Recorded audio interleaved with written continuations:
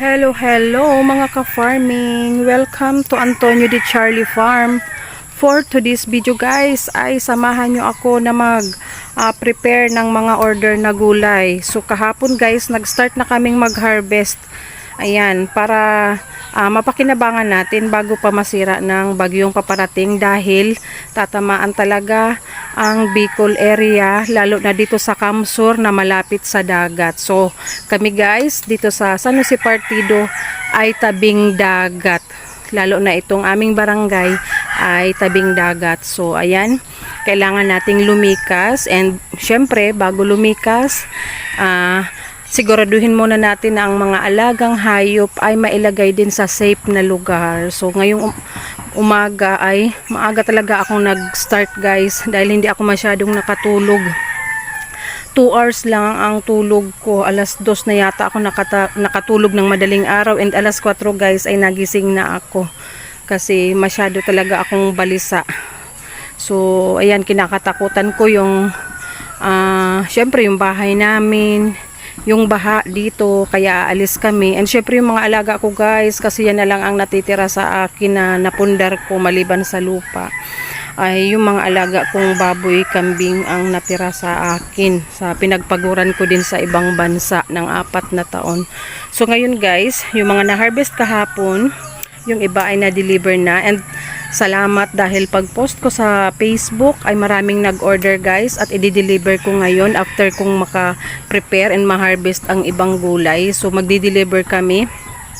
Siguro sasama si si Miles Motovlog, kasi yung iba ay dadalhin sa palengke. Pero yung iba guys ay na-order na sa akin, and syempre yung presyo guys ay pinareho ko lang sa wholesale sa amin, kasi mga kakilala ko naman ang nag-order. So gaya nito guys, itong kamansi guys ay harvest kahapon. So ayan, nakabalot na siya lahat. Ito guys ay merong dito sa San Jose at meron din papuntang Lagunoy.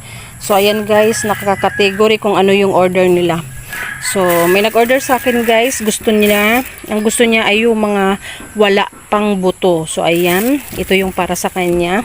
Ito naman yung sabi ay maliliit pa ang buto. So ito naman. And ito, ayan, ito walang sinabi kung ano. So pinilian ko siya ng magaganda na tamang sukat. So ito guys, yung natitira, pwedeng kami na ang maggulay nito bukas or mamaya kung may time na pangbaon namin sa evacuation center. Pero meron pa naman dyan guys sa taas, yung mga hindi naabot ni Papa. Pero syempre hindi natin sigurado at baka masira ng bagyo. So after nyan guys, ito na. Inagahan ko na mag-harvest ng patula guys. Ito 3 kilo ang order. Doon ko nakikiluhin sa tindahan ni Miles Motovlog.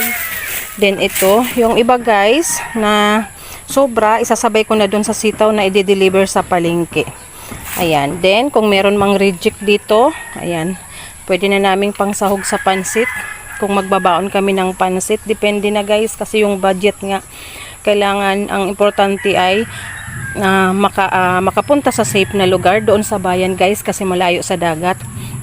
And syempre, para dapat may baong pagkain, yung mga essential. So ayan, then after nitong na-prepare ko guys, si mama na ang nag-harvest ng sitaw.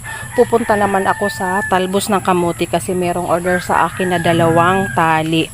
So ayan, then kukuha na rin ako guys ng pang-ulam namin ngayong almusal. So ayan, samahan nyo ako guys, doon tayo sa sitaw. Doon tayo sa talbos kasi si mama nandoon sa sitaw. Hello guys, good morning. Harvest tayo ng talbos ng kamote. Ayan, bago daanan ng bagyo guys, ay maibenta pa natin dahil maraming nag-order sa akin ngayon. Guys, good morning.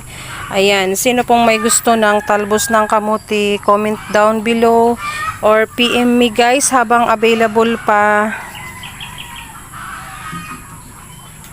Guys, ito na guys yung aking mga na-harvest. Ayan, ready na for deliver guys.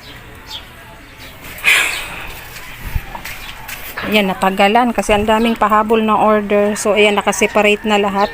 And ayan, nagsakay na rin kami ng ibang gamit para ihatid ko na doon sa church. So para mamaya tao na lang ang isasakay ko. So ayan, samahan nyo kami guys sa aming pag-deliver papuntang San Jose at Lagunoy.